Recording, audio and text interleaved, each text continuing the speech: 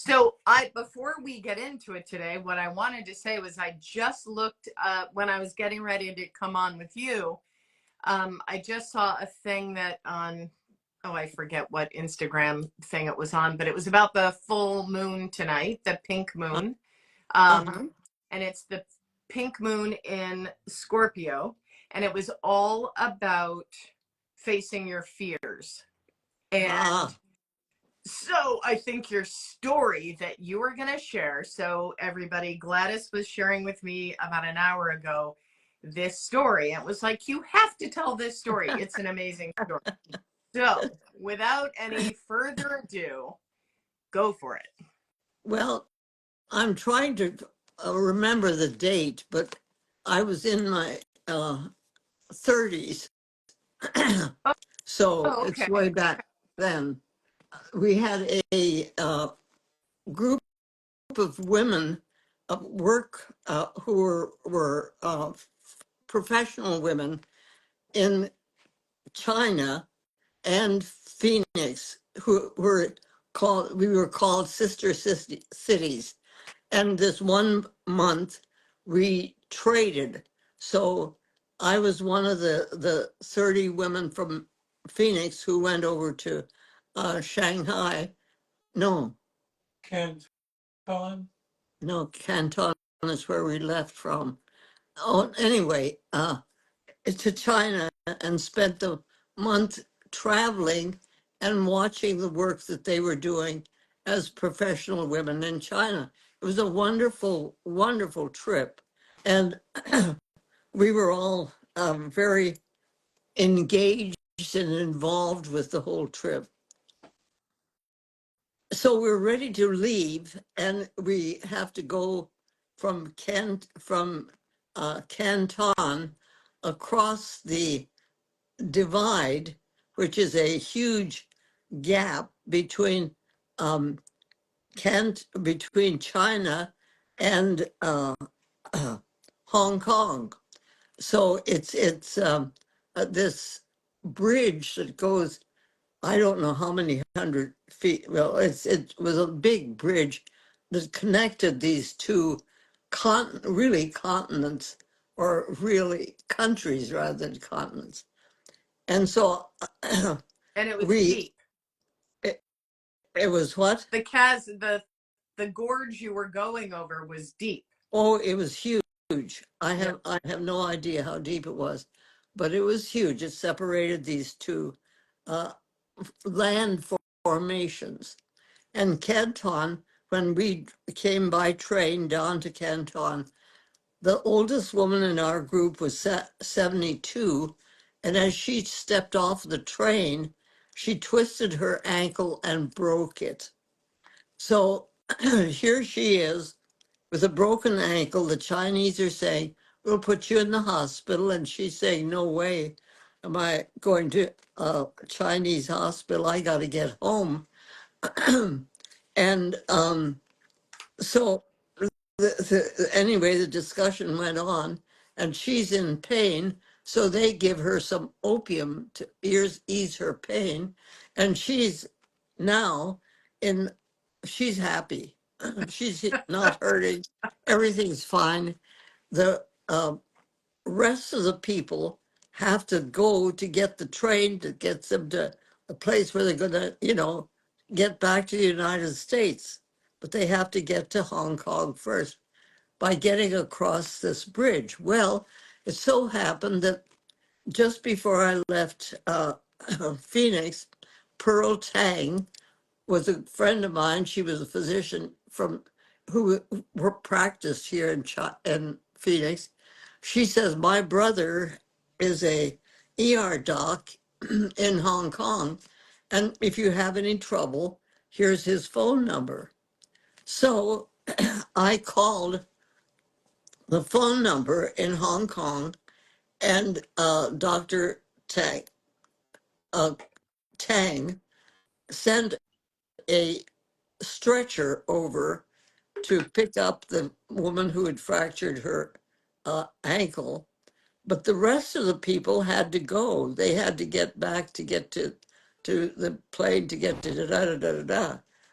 So I'm left here with this 72-year-old woman with a fractured ankle, uh, who's happy as can be, and I have nothing to work with.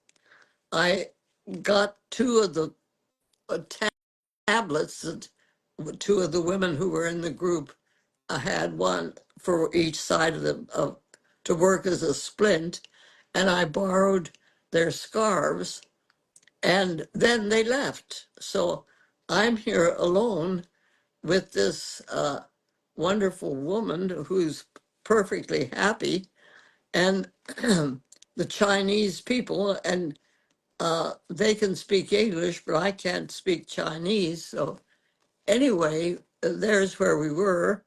And when I had uh, put the splint on her ankle, I had set the bones praying like I've never prayed before, that my hands were guided to get the bones in the right position, because I had no way of seeing what was going on.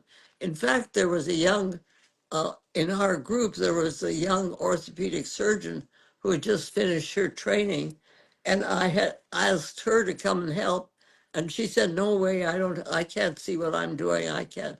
I have no X-rays." So she left, and so did everybody else. And here I am, but I said it as best I could. I put the splint on, and then I got when the uh, Stretcher. transportation, yeah, the stretcher came from Hong Kong. We got her on the stretcher, and everybody else left, and so I'm here. But it's not just me. It's me and our luggage. Well, that meant two purses, two suitcases, and two bags of gifts that the two of us had bought while we were there. Well, and two purses. Yeah, two purses. Well, um, we had to get these across this bridge that was over this gap. So there was no way I could carry those without getting a bamboo pole across my shoulders. So the lady who with the fracture is perfectly happy. She's on the stretcher, and the people from Hong Kong are carrying her off onto this bridge. And I'm coming along behind with my purses, the two purses, one in each hand, and a suitcase, one in each hand. But on my shoulders are the two bags of gifts that I'm balancing on this pole on my shoulders. And we start across the railroad track going from Canton to Hong Kong. And the railroad track is so far up in the I Yep. mean the water from the in the separation of these two places is so far down. It's just really a deep thing. But all I could do, and my whole job was to make sure each step that I took was on a railroad so that I Yeah. didn't miss that. And and the lady who has the fracture is perfectly happy, and I'm worried sick that I've fractured, that I've uh, uh, s- done some damage to the nerves, that she can't feel anything. And so I keep asking her, "How are you?" And she says, "I'm fine. I'm fine." She's real high on opium. Okay, so she's fine, everybody's fine, and I'm struggling across this long railroad track bridge Ugh. to get to the other side. And we made it. But I'm telling you, talk about a balancing Wow. act. It was, it was this one of the scariest things I've ever done. And but we made it. We got there, and Dr. Tang was waiting for us, and he took us into the ER and got an X-ray, and he said, "Gladys, the bones are in perfect position." Now, No surprise there.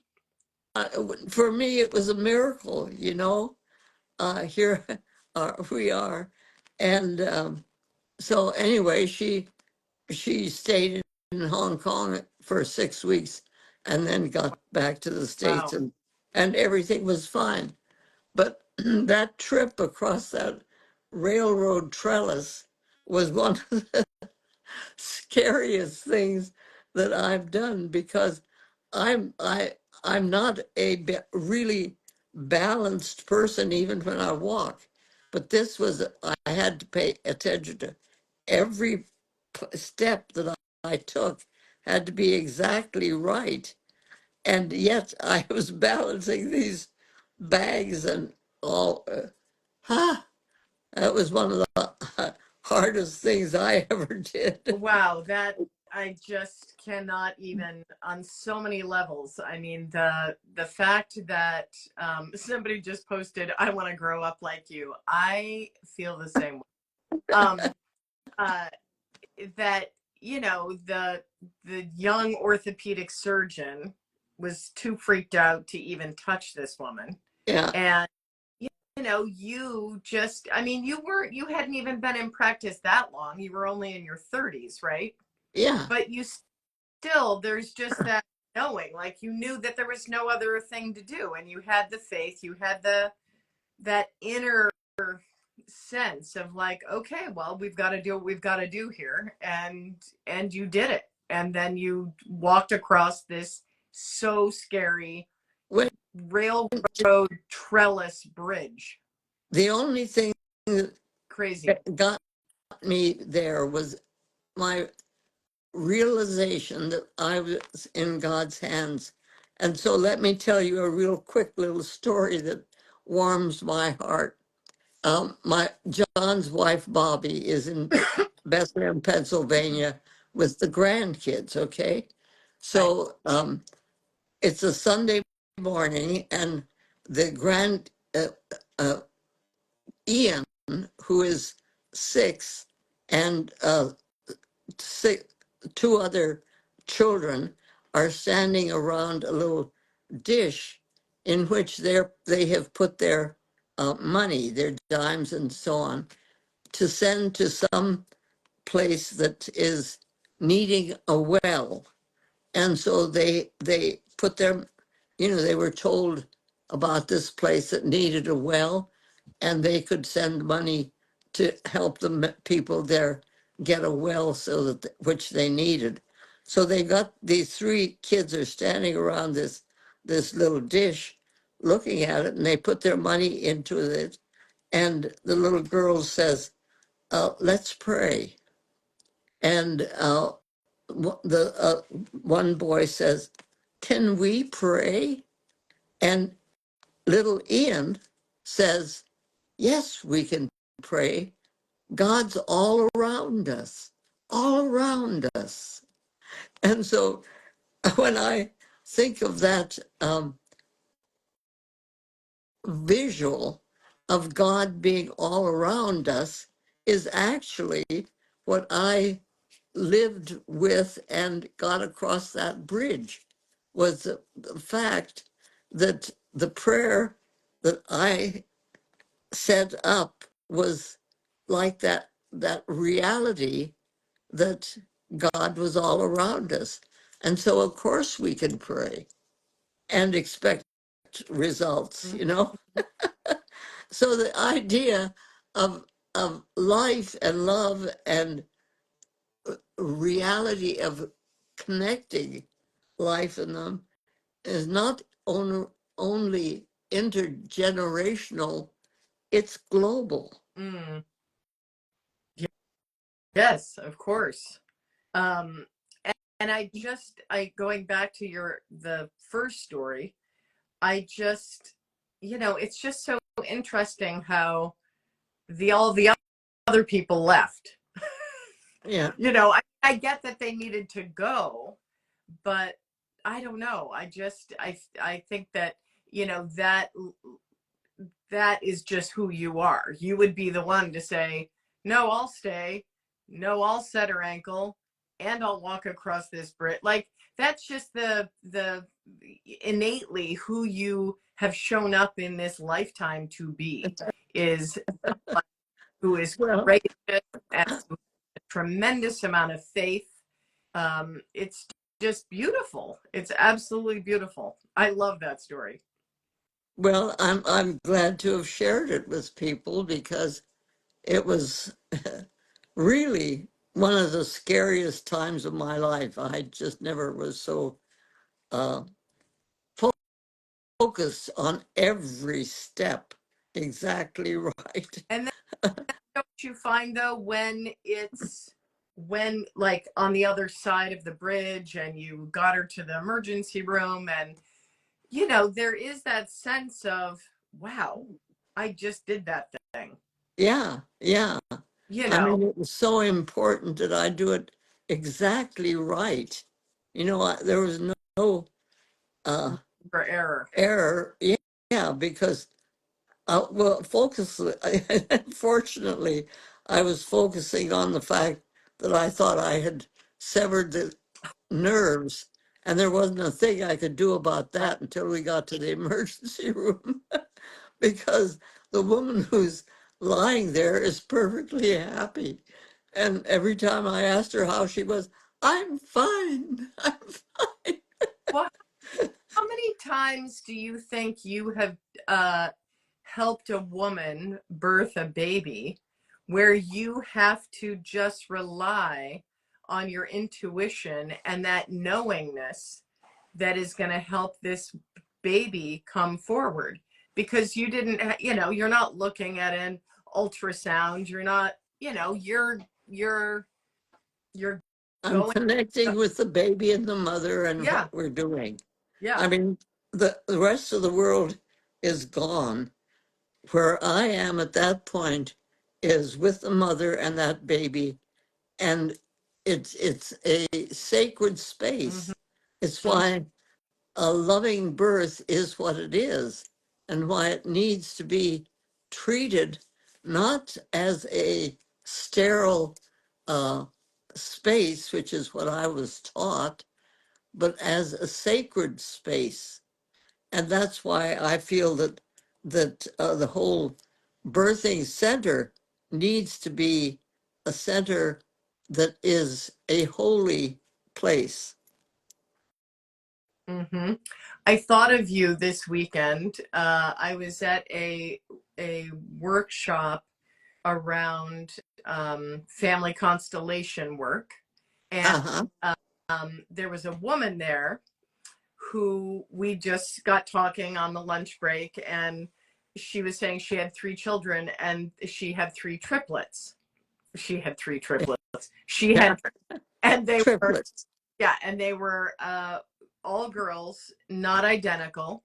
And she said, and we had never, I mean, we just met. And she said, you know, I know that it was a gift because it wasn't like triplets didn't run in her family. She wasn't doing anything that would have enhanced the possibility of her to have triplets.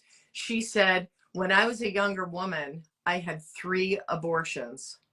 And I know that those spirits of those babies came back to me all at once as triplets. Wow. It was How lovely. so beautiful. I was like, oh, that is so great. Yeah, so lovely. Well, Uh, it's like what we talked about abortion wasn't it last week we were talking about yep. it? Yeah. And the fact that really it's a way of looking at life as what it is, and getting the answer in the reality of what loving birth is all about. Mm, And when if we can understand that, it's not it doesn't have anything to do with killing anything. It has to do with offering entity another time hmm and uh, and working it out. So, there we are. I love that. Comments. My sister Kristen says Gladys knew to step up to the plate when she and the injured woman were left behind. Unbelievable that nobody stood by them. Thank God for Dr. Gladys. Well, they all had to get on, and I said, "Oh, go on, I'll manage." So it wasn't that they abandoned me. I told them to go on. Well, I know, but somebody could have stayed anyway. Um, so great, just such a. I just wish or hoped that somebody had a picture of you walking across with the bamboo across and balancing all of your, suitcase and gifts. Yeah. Amazing. Because So, you know how it is when you travel, you buy gifts for for people back home, mm, and they're and these bags that we were in, I mean that they were in were these, uh, uh, they're sort of stitched together bags, right, and right. Um, Somebody just also commented, Doctor, I wish I would have found you many moons ago. Thank you for sharing all your wisdom. oh, you're welcome. And speaking of sharing all your wisdom, I just want to do a little shout out woot, woot, that Dr. Gladys is a best selling author. Did I say Uh-huh. that, John? John? Yeah. Did I say that right? Okay. Yes. So she has sold enough books that has given her the status of being a bestseller. And this is the copy in Um, paperback yeah, that's just coming out. which is, Can you see it? yep, yep. Yeah, I love it. I love the paperback. I love the cover. It's great. Okay. Um, so the other thing I just wanted to share with you was just all the different things that I did this weekend, or Yes, last, please. which was a workshop with my eldest son. We went to a family constellation workshop. I really had no idea what I was getting myself into, and not in a bad way, but we went, and it's quite amazing work. And you were saying that your son Bob Yeah, facilitates that. yeah, he's working with that in Austin, Mm. Texas, at the Human Potential Center. Well, so the interesting thing was the man who brought the work over from Germany was there, Oh, and he lives in Connecticut. And the weirdest thing of all is that he used to live 6 houses down from where I currently live. oh, It's uh, and interesting coincidences that were happening. But anyway, it was really powerful work. Really powerful work. I had never really experienced it before. Um, And so for anybody that doesn't know, it's the only way I can describe it. It's kind of like therapy while you're play acting, like you're bringing people in that reflect or represent your father or your mother or your whoever you're, or an emotion. There were people that were brought in to represent anger or passion or just whatever, and it was really fascinating work. And so that was on Saturday, and then on Sunday I led a group of women through the art medicine program. You can see I have one of my paintings behind me there, in my garage that I've turned into my art shed. And so it was incredibly transformative. These women were really willing and willing to just be vulnerable and authentic and open up. And it was amazing. We had some really great transformation through art, through painting. So it was super fun. And, I mean, that's my kind of fun, is Well, Katie, the thing is, when you do something like that, you're walking across that trellis, mm, and you're opening up to uh, parts of energy that you don't know and you don't experience before, but it's there. And as you experience it, you live and you mm. grow. And so I call these not coincidences, but cohinky dinkies. You know, they're more important than coincidence.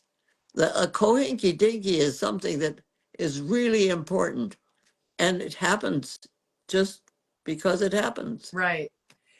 Well, the one of the most profound things I think is in being around people in those both those situations is just that connection, that human to human connection, and understanding and witnessing the struggle that we all like. Being a human being on this planet is hard, and people go through so much strife and so much pain and sorrow and just all of it.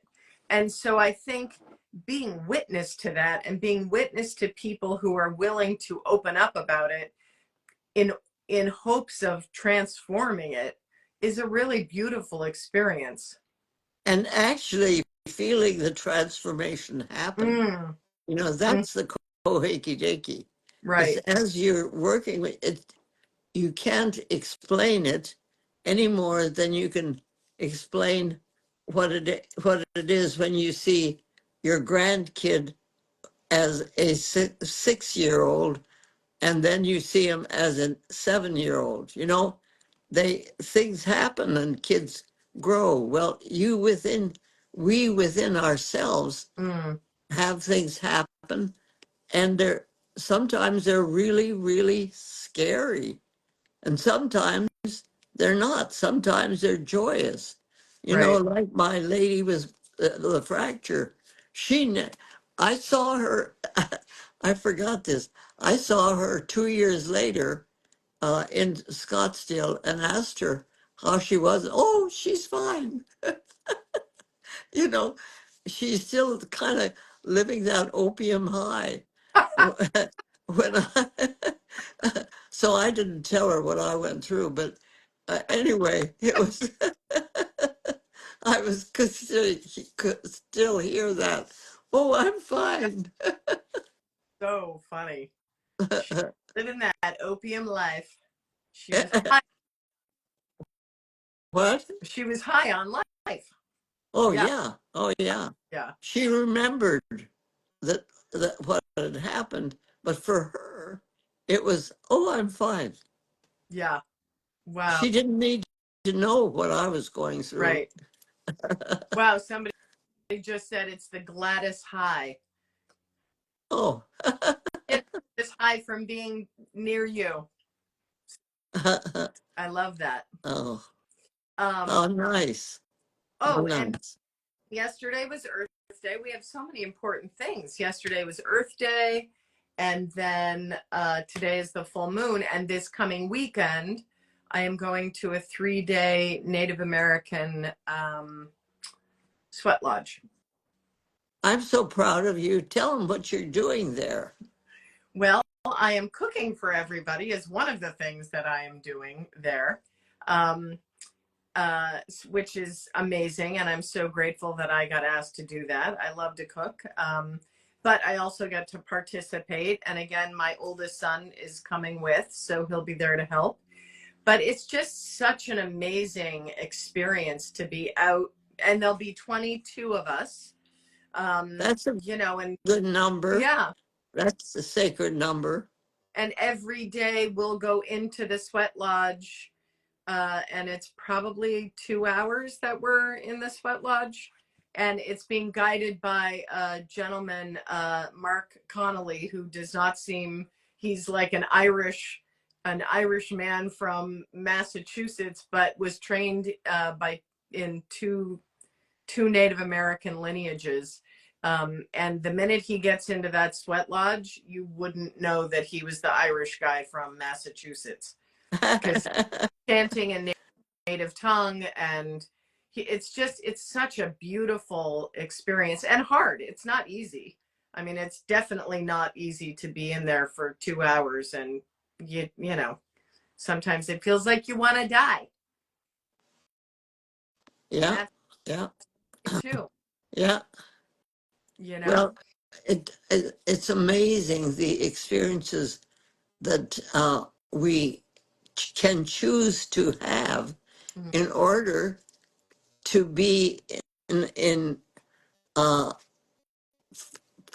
a space of energy that allows us to reach deeper inside of ourselves when it isn't as hard and when Mhm. it isn't as structured as this is. Right, right.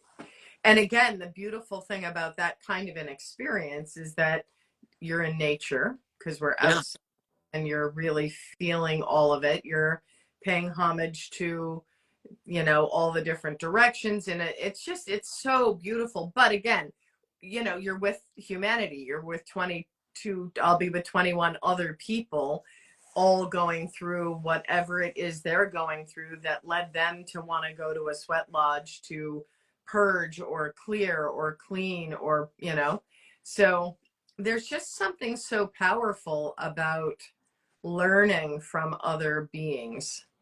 because God is everywhere. Mm, yeah.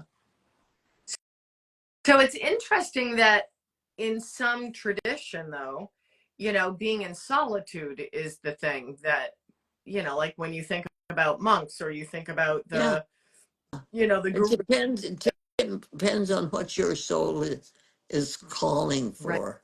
And as you begin to understand that and work for it, that's what happens. Mm. Yeah. And I suppose choosing, if you're choosing to be in a group of people that are like-minded, in the sense that they're all wanting, some level of transformation or some level of awakening, or, peacefulness, then it's not like you're walking into a crowd of crazy chaos with a lot of people around you, Because you studied something, that you understand something about this and you want to know more. Mm, mm. Yeah. So I'm excited. It's going to be good. Great, great. I'm I'm trying to pre-hydrate as we speak.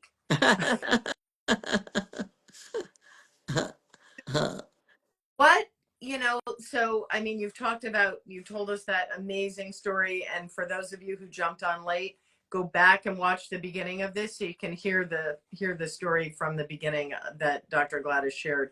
Um, but what would you say, what were some of those things that you have done that have led you to that place of transformation or enlightenment or an understanding, like the Edgar Casey work and going to a Silomar, and like, what are, just so people know, like, there are things you can do everywhere, and finding Yes, truth, and finding people that are interested or speak the language that you can understand.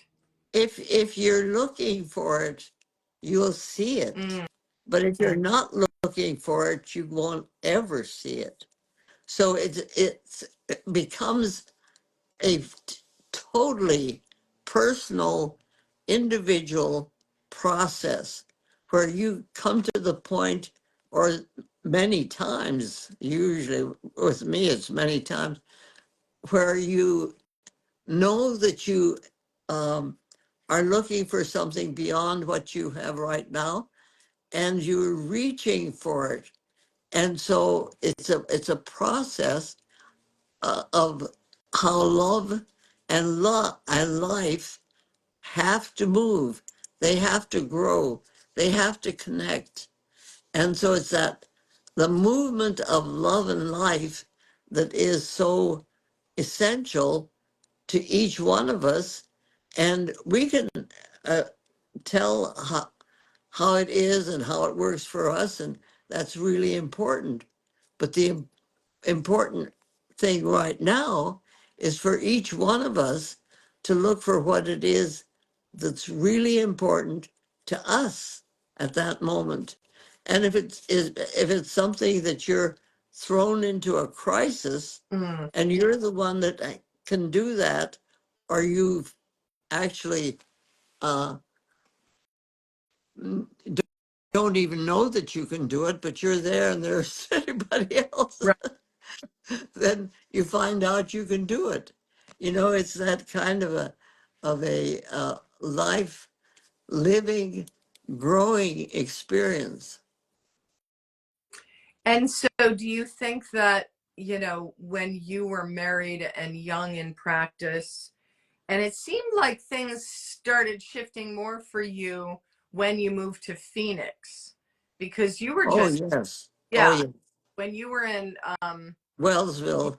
you were The, just working your the tail off. work was too hard. Right. I had four little children in 4 years. I had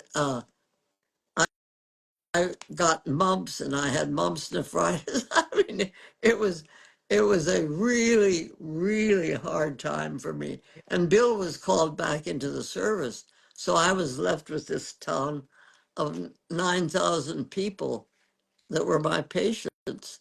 And the one crisis after another that I would never have faced if I had not been there.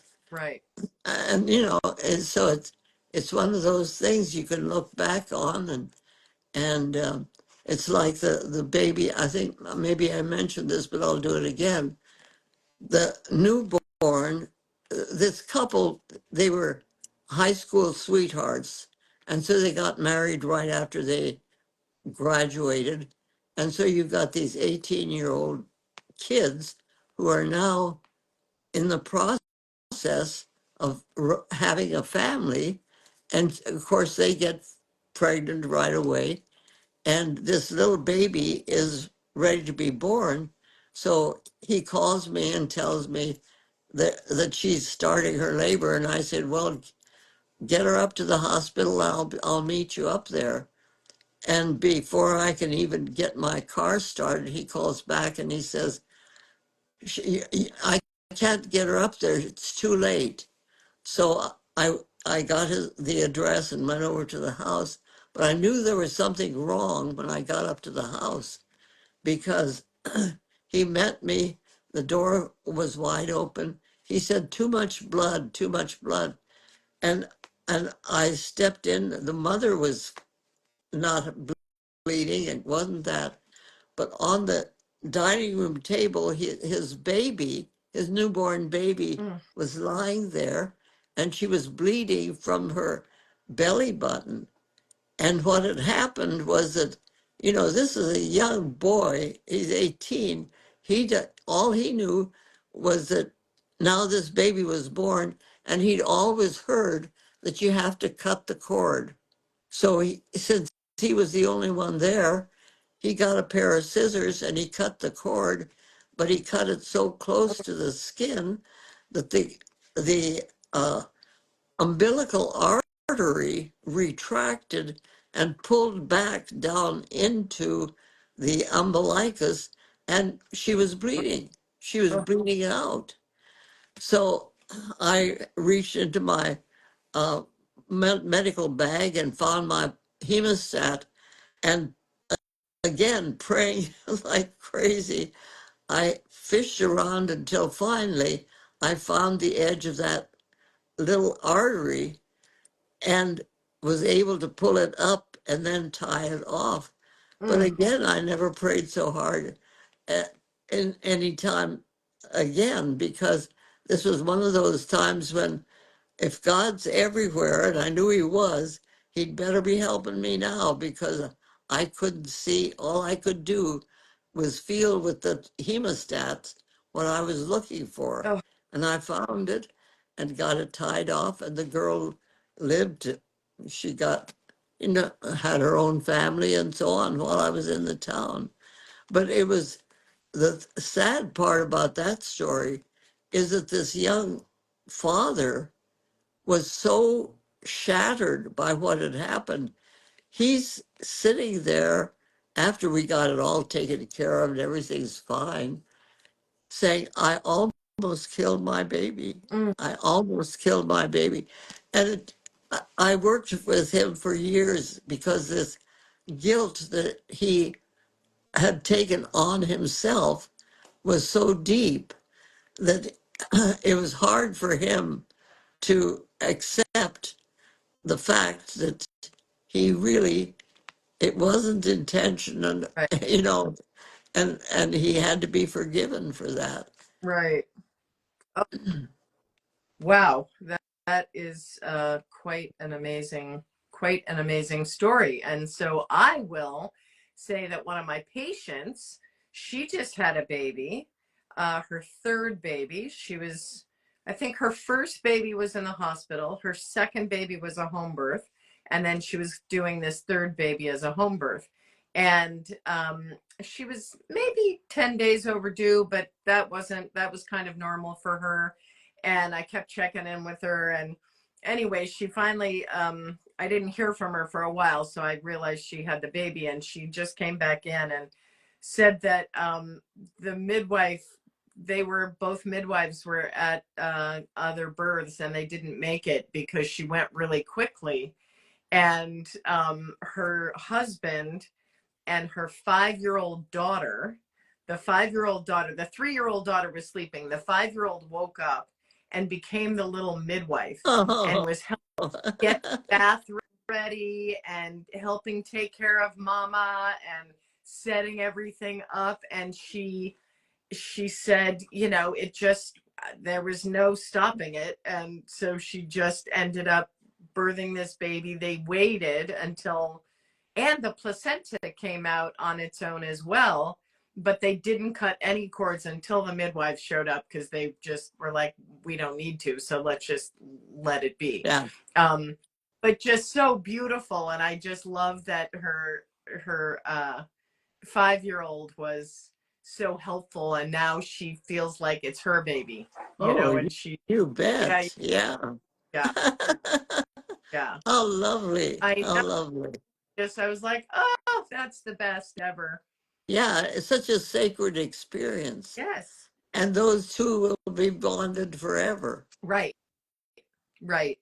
And the beautiful part that the husband was so calm enough that he wasn't panicked, because Yeah. she wasn't Yeah. panicking. And he had, just stayed calm about the whole thing. And yeah, it was just really a really beautiful, beautiful experience. It was a little girl. She has 3 little girls now. Um, so anyway, just so good, so good. Well, I am going to have to say fare thee well on our little talk today, because I have another thing to jump on. My art medicine teacher, Alexis Cohen, is starting a new cohort next month. And so she wants me to jump on a Zoom call so that I can just share my experience of having gone through the certification. Great. And yeah, so anyway, so that's headed next. All right. See you next week. And I'm sure you've got some more interviews and podcasts lined up for yourself this Yeah. week. Yeah. Yeah. I love it. They're there. It's on for you now. You're like, yep, I know. I've got more. It's so good. All right. I love it. Well, I'm so happy that you are doing what you're doing, and that we're still jumping on this Instagram live, and you're sharing your voice and your wisdom with all the people that are so happy to hear it. I'm so grateful. I'm so grateful. Yeah, I know. It's beautiful. So thank you everyone for being here. We appreciate. Absolutely. And love you all. We love you all, and I love you, and we will talk next week. Absolutely. All right, Gladys. Okay. Bye bye. Bye bye.